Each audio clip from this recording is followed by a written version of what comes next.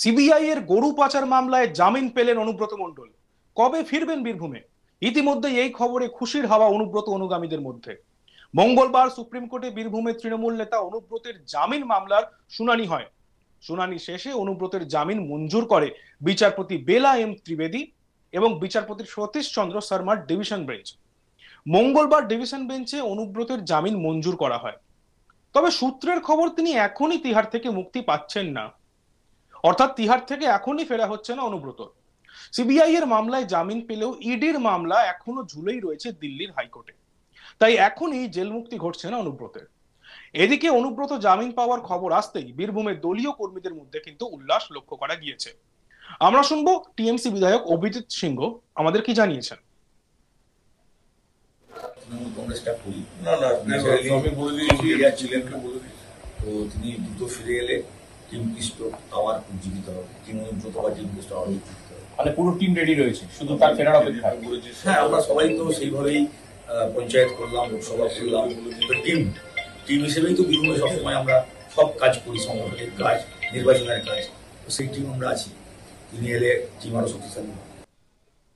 অনুব্রত মণ্ডল বীরভূমের মানুষের নাকি হৃদয়ে আছেন, এই নিয়ে কি মতামত জানিয়েছেন টিএমসি বিধায়ক বিকাশ রায়চৌধুরী, আমরা শুনবো।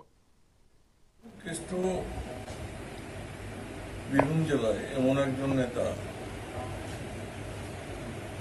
কেষ্ট মানুষের হৃদয়ে রয়েছে।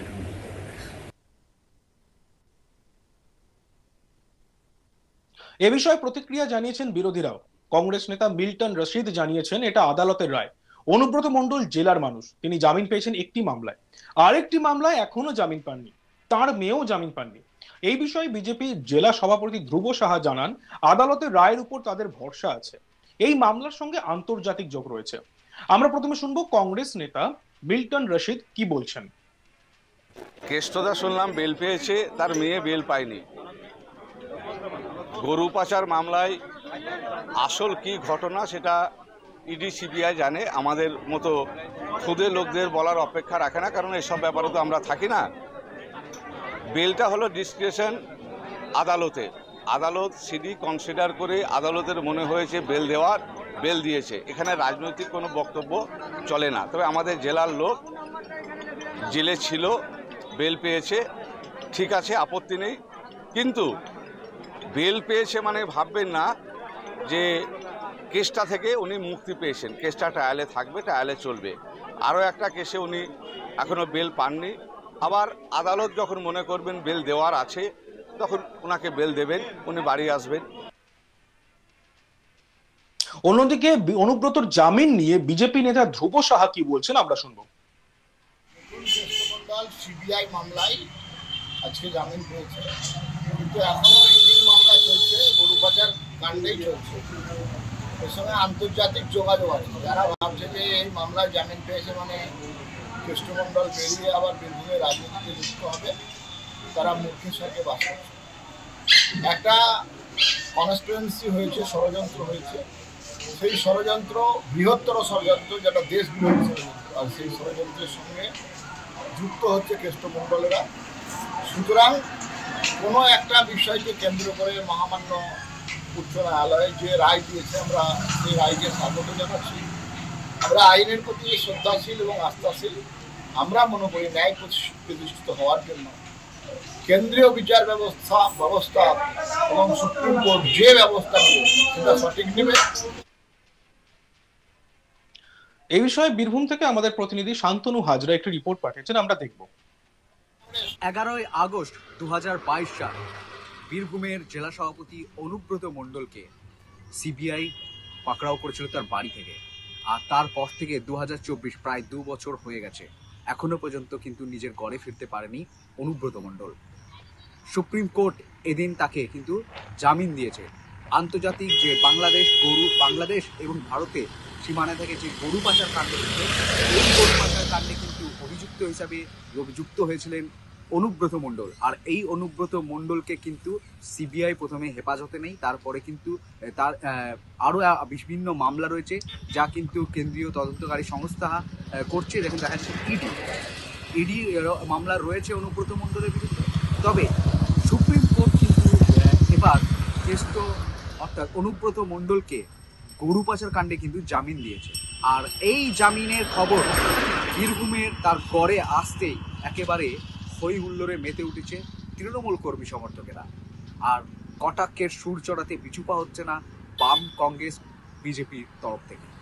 তৃণমূল কংগ্রেসের নেতৃত্ব এমএসএমই দপ্তরের মন্ত্রী চন্দ্রনাথ সিংহ জানাচ্ছে যে ভুয়োভাবেই অনুব্রত মণ্ডলকে সিবিআই জেলে পাঠিয়েছিল। রীতিমতো দেশের আইন তার সুব্যবস্থা করেছে, তাকে কিন্তু জামিন দিয়েছে।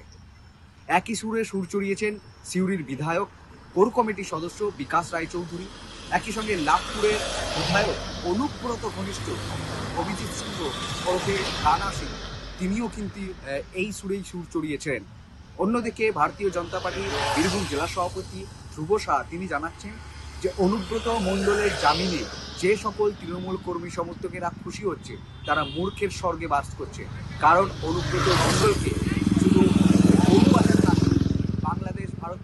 ভারতের থেকে বাংলাদেশের যে আন্তর্জাতিক সীমানায় গরু পাচার কাণ্ডে তার নাম জড়িয়েছে, সেই নামেই তাকে শুধুমাত্র গরু পাচার কাণ্ডে কিন্তু জামিন পেয়েছে। তার বিরুদ্ধে যে ইডির মামলা রয়েছে সেই মামলা কিন্তু এখনো বহাল আছে, সেই মামলায় কিন্তু জামিন মেলেনি। এখনো তার বিরুদ্ধে বহু মামলা রয়েছে, সেই মামলায় কিন্তু জামিন মেলেনি। রীতিমতো তারা এই সুপ্রিম কোর্টের রায়কে সাধুবাদ জানাচ্ছে বিজেপি, তৃণমূল সকলে।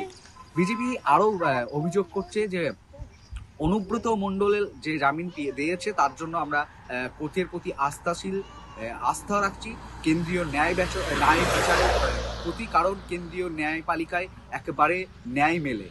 অবশ্যই অনুব্রত মণ্ডল কিন্তু যে তৃণমূল কর্মী সমর্থকেরা যেভাবে খুশি হই হুল্লোড় নাচে গানে মেতে উঠেছে, তারা কিন্তু মূর্খের স্বর্গে বাস করছে।